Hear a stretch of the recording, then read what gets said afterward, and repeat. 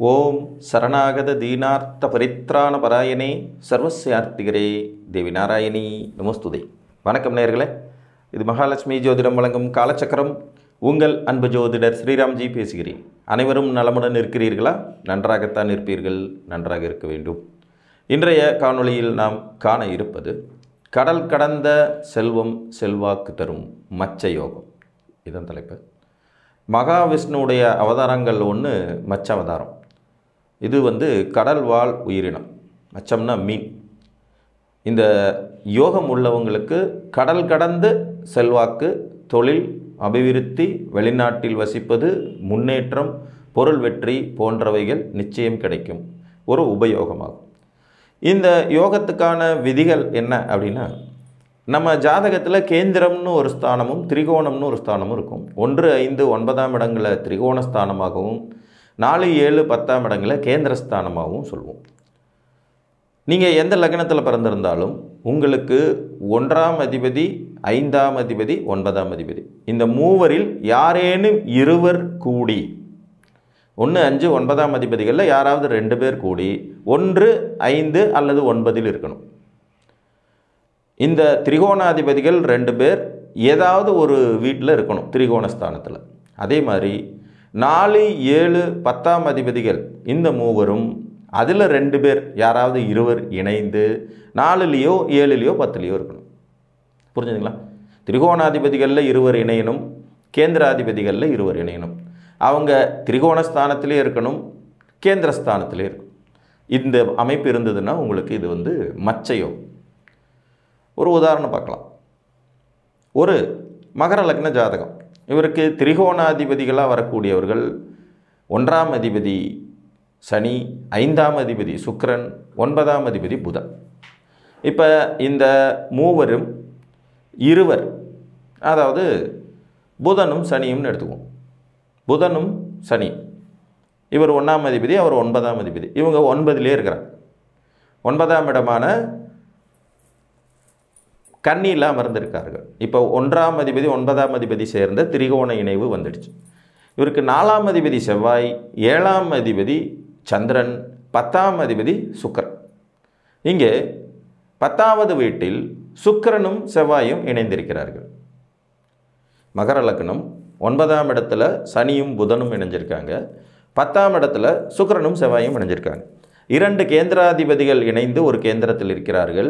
2 திரிகோணாதிபதிகள் இணைந்து ஒரு திரிகோணத்தில் இருக்காங்க. இது ஒரு மச்சயோகம். இந்த அமைப்பு கொண்ட ஜாதகம் பார்த்திங்கன்னா, கடல் கடந்து வணிகம் செய்து வெளிநாட்டில் நிறைய பிரான்ச்சஸ் ஓப்பன் பண்ணி ஏற்றுமதி இறக்குமதி துறையில் மிகப்பெரிய சொத்துக்கள் சேர்த்த ஒரு யோகருடைய ஜாதகம். அந்நிய தேசத்தில் வசிப்பதன் மூலமாகவே அளவிற்கரிய பொருள்களை சேர்ப்பார். அதே மாதிரி இந்த மச்ச யோகம் உடையவர்களுக்கு நல்ல தெய்வ நம்பிக்கை இருக்கும், தெய்வ கடாட்சம் இருக்கும், பெருமாளை வழிபாடு செய்து வாழ்வியலில் முன்னேற்றம் அடைவார்கள். கோயில்களுக்கு சுபகாரியங்களுக்கு நிறைய செலவழிப்பாங்க. தன்னை அண்டியவர்களுக்கு வாழ்க்கையில் ஒரு வழிகாட்டியாக இருப்பாங்க. நிறைய தான தர்மங்கள் செய்யும் யோகிதைகள் உண்டாகும். நீண்ட ஆயுள் பலம் கிடைக்கும். இது ரொம்ப முக்கியம். நீண்ட ஆயுள் பலம் கிடைக்கும்.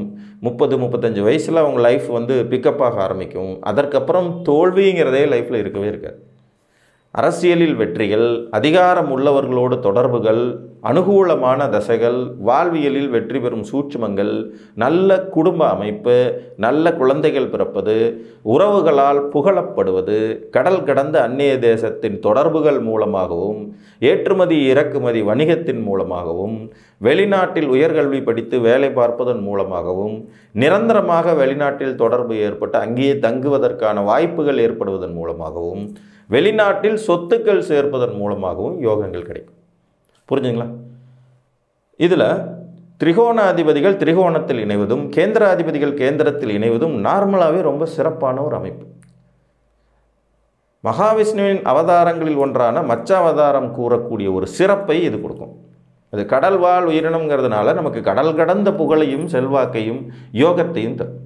இப்போ வெளிநாட்டில் போய் விளையாட்டுத் துறையில் சாதிக்கிறவங்க, இந்த ஒலிம்பிக் கேம் மாதிரி இதில் எல்லாம் போயிட்டு மெடல் வின் பண்ணி வரவங்க, செஸ் போட்டியில் ஜெயிக்கிறவங்க, இதெல்லாம் இந்த யோகத்தின் ஒரு வெளிப்பாடு தான்.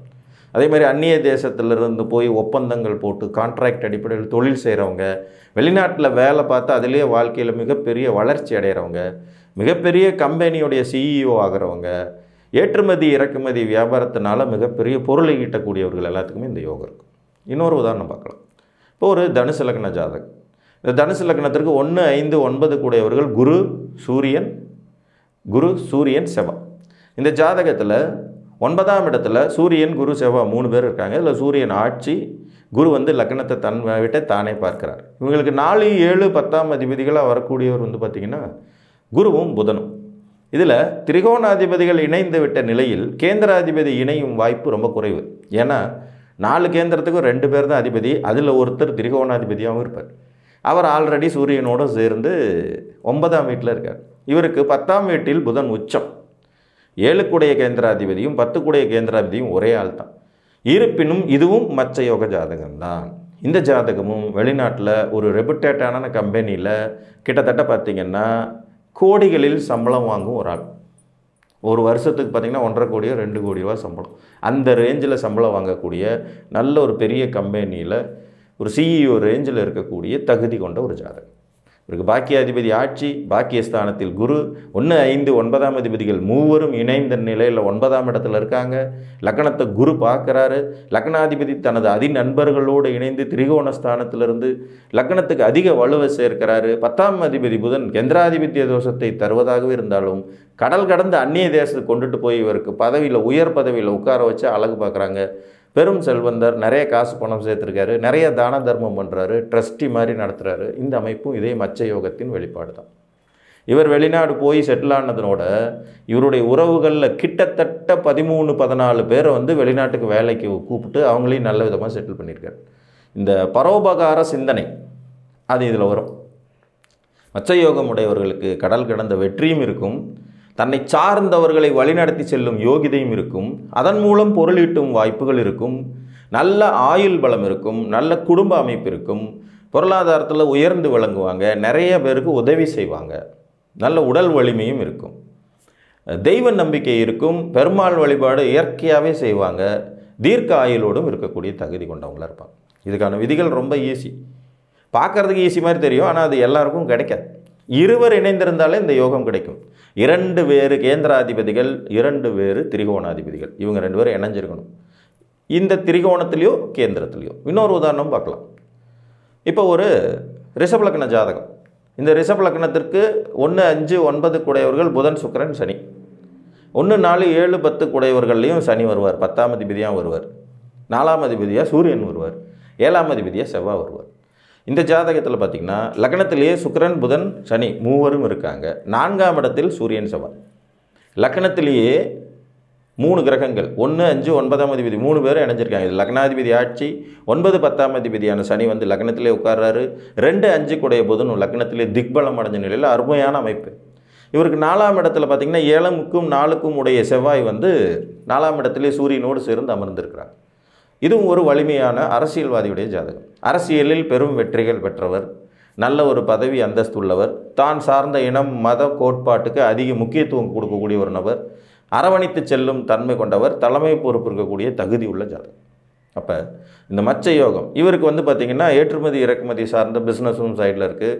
காலேஜ் கட்டி நிறைய ஏழை மாணவர்களை படிக்க வைக்கக்கூடிய சூழ்ச்சிமும் அவர் வந்து செஞ்சிட்ருக்காரு. நிறைய ட்ரஸ்ட் அமைச்சு செஞ்சிட்ருக்காரு. கோச்சிங் சென்டர் அமைச்சு நிறைய பேருக்கு இலவசமாக கல்வி தானம் பண்ணிக்கிட்டு இருக்காரு. கோயில் கட்டி கும்பாபிஷேகம் பண்ணிகிட்ருக்காரு. வெளிநாட்டில் இருந்து வந்து நிறைய கரன்சி மூலமான தொழில்கள் செய்யக்கூடியது, ஒரு மருந்து கம்பெனியும் நடத்திக்கிட்டு இருக்கக்கூடிய ஒரு ஜாதகம். அப்போ மச்ச யோகம் என்பது ஒரு கேந்திரம், ஒரு திரிகோணம், தனித்தனி இணைவு. திரிகோணாதிபதிகள் 3 பேரில் யாராவது 2 பேர் இணைஞ்சு ஒரு வீட்டில் இருக்கணும். 3 இணையிறது கூடுதல் சிறப்பு. 2 இணையணும். இதில் ஆட்சி உச்சம் மூல திரிகோணங்கிற பேச்சுக்கே இடமில்லை. அந்த மாதிரியான அமைப்பே நான் இதில் சொல்லலாம். உங்களுடைய திரிகோணாதிபதிகள் இணைந்திருந்தாலும், உங்களுடைய கேந்திராதிபதிகள் இணைந்திருந்தாலும் இந்த மச்ச யோகம் உங்களுக்கு மாபெரும் புகழையும் கௌரவத்தையும் அந்நிய தேசத்தின் தொடர்புகள் மூலமாக வெற்றி வாய்ப்புகளையும் தரும் என்று கூறி மீண்டும் ஒரு காணொளியில் உங்களை வந்து சந்திக்கும் வரை உங்களிடமிருந்து அன்புடன் விடைபெற்றுக் கொள்வது உங்கள் அன்பு ஜோதிடர் ஸ்ரீராம்ஜி.